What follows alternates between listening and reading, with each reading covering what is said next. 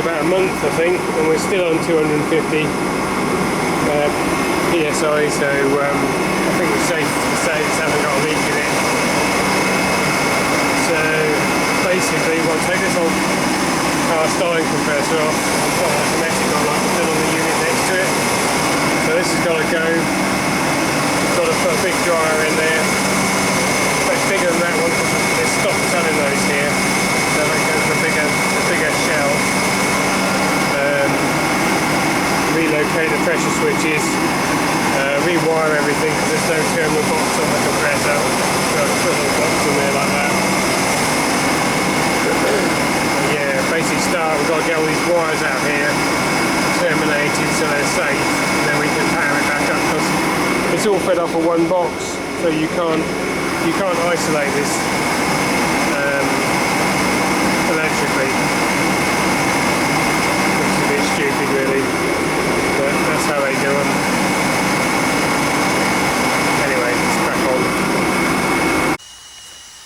Right, got all those wires took out in a terminal block with some tape around it, and I've written on there, can't really see it in pencil, but I can just about make it out where they've come from because the numbers have come off the armoured cable. So 7 and 9 white cores, and they usually have like a black printing on there that it comes off over time. Right, so we've got the rest of these, got the pressure switches to come out, crankcase heater, and the fan motor feeds, and that's electrically disconnected. We're still bleeding the nitrogen out slowly. It's got calf pens down there, so I don't want it to come out too quick and frying the cows. So yeah, we can get this all done, get this unbolted, get these took off, so we'll probably have to move them, and then once the nitrogen's out we can cut the pipework. And I've got a plate of steel to go on the bottom which I've got off eBay, which hopefully is big enough to fit here. Let's do that, and then I might put a bit of unistrut across to mount the dryer somewhere down here. Right, gradually getting things cleared away, got the pressure switches off, just shutting all the valves. I've got these 8-point sockets made by Copeland, the Japanese.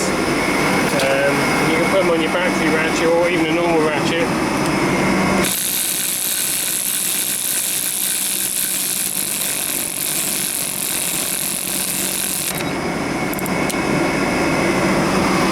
Especially if you've got you in somewhere where you haven't got room to swing the ratchet, you can get that in there. You can wind your service valves in and out a bit easier. And then even with a normal ratchet, if you've got a valve that's stuck, you can get a bit more leverage on there with an actual ratchet rather than your normal one, which I can't find. I think the leverage on that is a lot longer. What have I done with it? Yeah, that's your standard run. So if you have the normal 3/8 ratchet, you get a lot more leverage, especially on the bigger sizes. Right, got the compressor out of the way. That's our steel plate. It's about 5mm, 4mm thick. So I've got to drill 4 holes in it where the compressor sat, and then drill 4 more holes where the new compressor sit in, same as we've done there.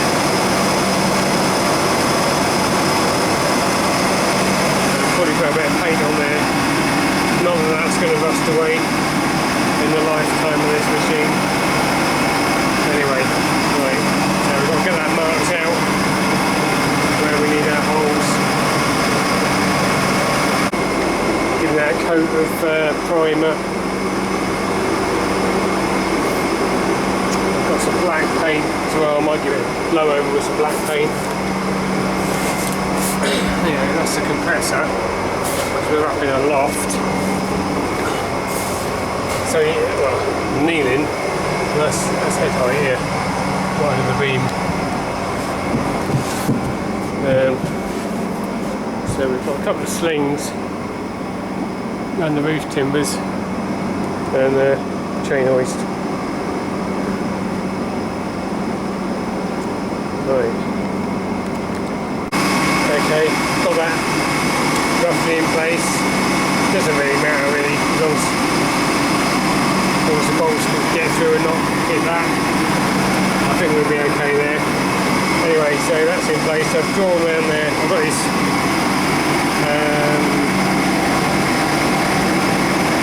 pickup, I think it is, padding pencil.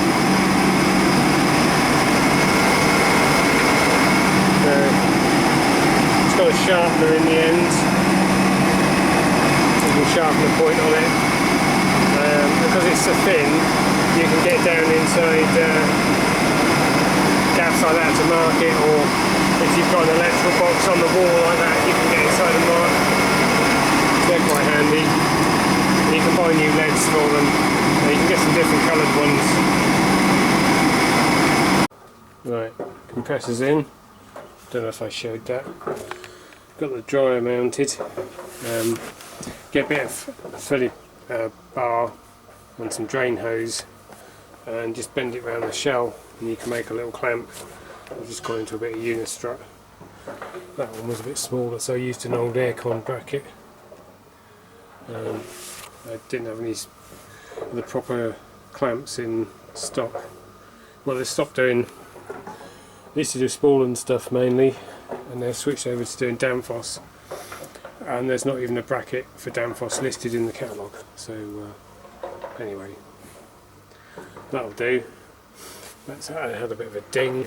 It got attacked by gravity, so we'll have to get the swages in there and round it back out again. And that was the smallest connection I could get in stock. They didn't have any 5/8 or 3/4, so we've had to go with 7/8.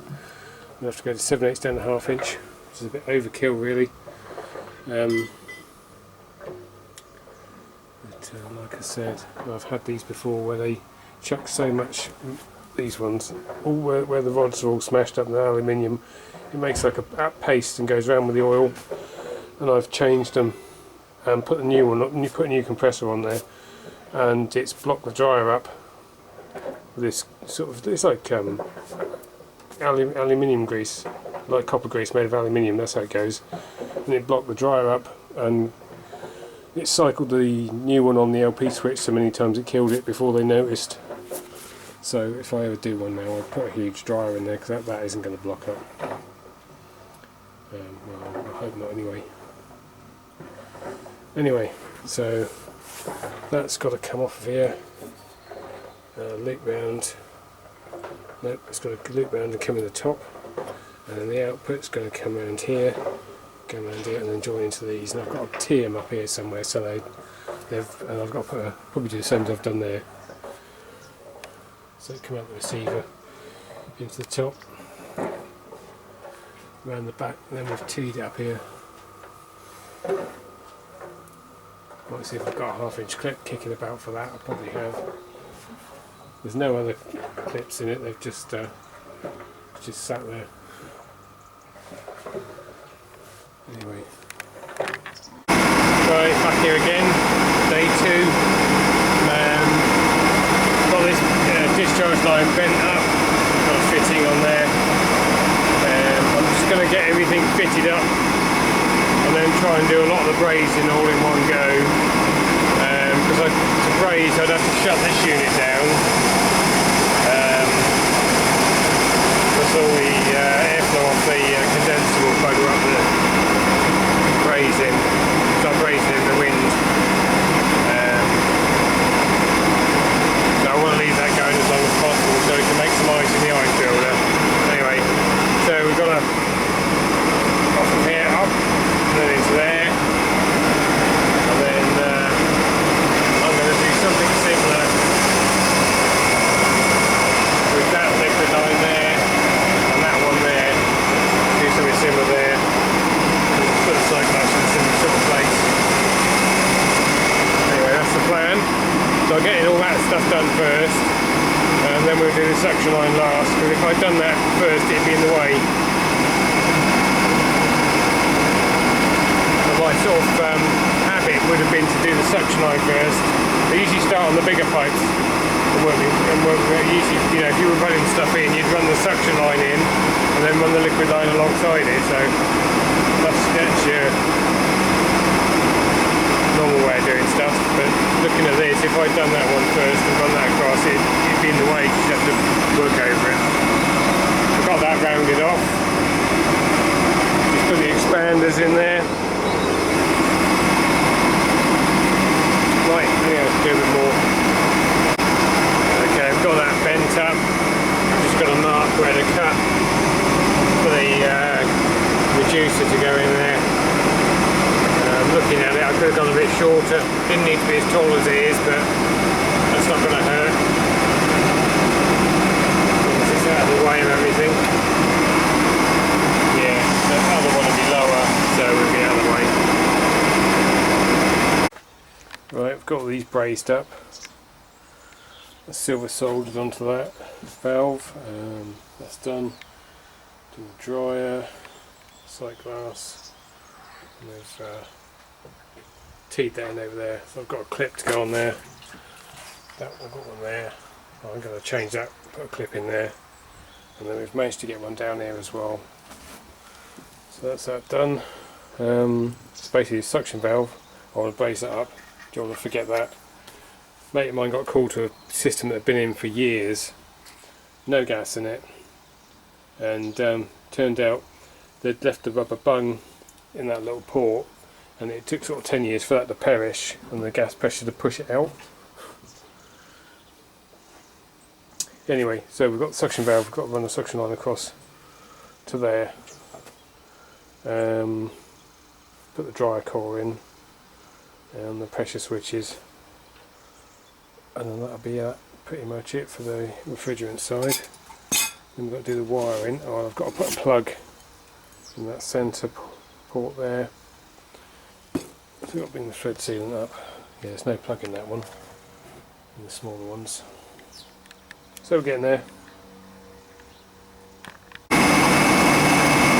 Right, starting on the suction line. I've given these valves, well, obviously that one's done, but given them a wash out with some degreaser, because they always have like a slight oil film on them, which will stop the silver solder from sticking. If it was normal braze, it would probably just burn off. And I'll leave the rubber bungs in until I've got the pipes in place, because you can get that turned on by a few threads. So that's still airtight. The couple of millimetres that moves over is not going to make a lot of difference when you take the bung out. I've put the little gaskets in there. So basically we've got to join that to that. We might do something similar to what we've done there, just one loop. That seems to have worked okay.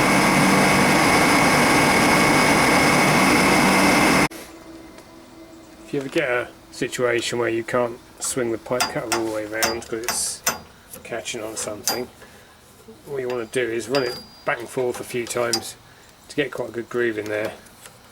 Take it off, flip it over the other way around. This is going to need 2 hands.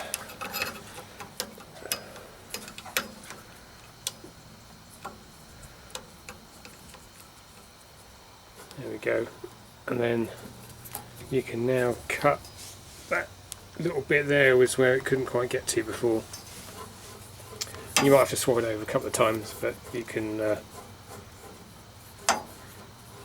get the pipe cut through then. Okay, that's that bent up. It's a tiny bit long, but I'm hoping once we've that rubber bung out of there, that valve's going to move in a couple more threads, and that'll bring that back into being a bit squarer.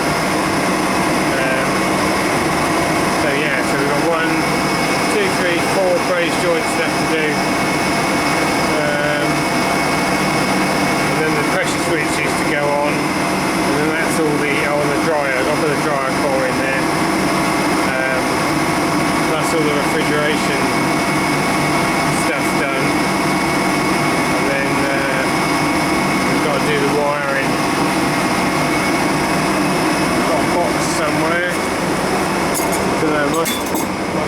around. Going to put a box in the same as that one down here somewhere, just to make all the wires off into. Okay, got the dryer done. So it's got the core in there. We've torqued those up. Put a plug in there. That's sealed up. Those bolts to hold these on, they give you a chart. You have to do it up in stages, 3 Newton meters, 10, 20 and then 28. And this is repeat 20 to the 5th step until it's till you don't get any more of a turn out of it. So I've done that and then just gone round it until it didn't move. Got the pressure switches on. Managed to use the old hose for the HP one. We'll probably put some cable ties in there, stop it rubbing, and then we put a new one on the suction into there. I've got a kit for making these hoses up. You just buy the ends of the hose and crimp them yourself. So we've got a vacuum going now. We're just pulling a vacuum on the compressor. I want to see how low it gets, because I'm not sure that's got a very good seal on it. That was a bit tight screwing on. Anyway, so we've got to get this wired. When we get it so far, then we'll have to shut the power off, because the other tail's live.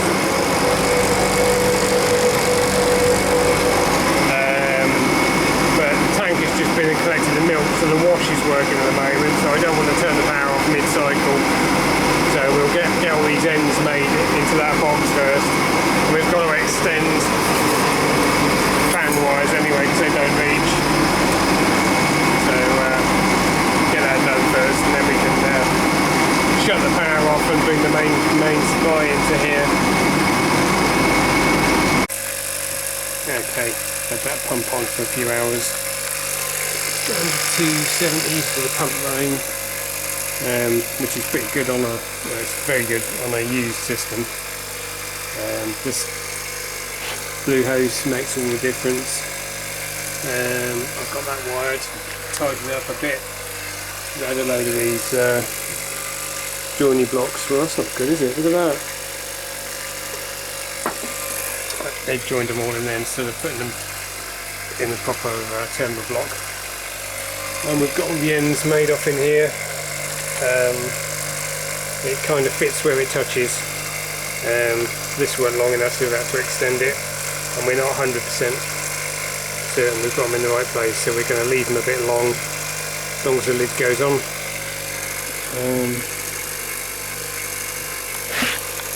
Right. Okay, it's running. Luckily the fans are going the right way. It's a 50-50 chance. I've still got to change the contactor in the box. I forgot to bring it up. We're up in the loft, so I forgot to bring it up. But I wanted to get some gas poured into it. Because we've got to be out. It's 2 o'clock now. We've got, well, 10 past 2. We've got an hour and 15 minutes before they start milking. So, luckily that one's labelled up with set 9 kilos. So we know we need to be putting about 9 kilos in, roughly 8 or 9 kilos. Although we're putting 438A in this one. The other one's got 407F. Because this has probably still got a fair bit of mineral oil kicking about in the system.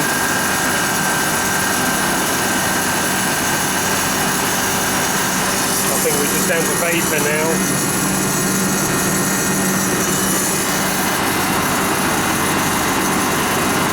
I've got another bottle. Right, still. That's got nice and green. Better than that one.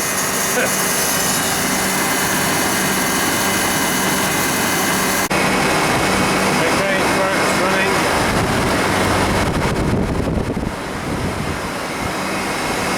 It's running the ice builder at the moment, and we have had it quick fuzz running the tank. Oil level's good in the compressor. It's just midway, so it's not too high, not too low. So it might be that hasn't chuffed a load of oil out. It might just be it's just died from cycling on and off, or just being 15 years old and running hot all the time.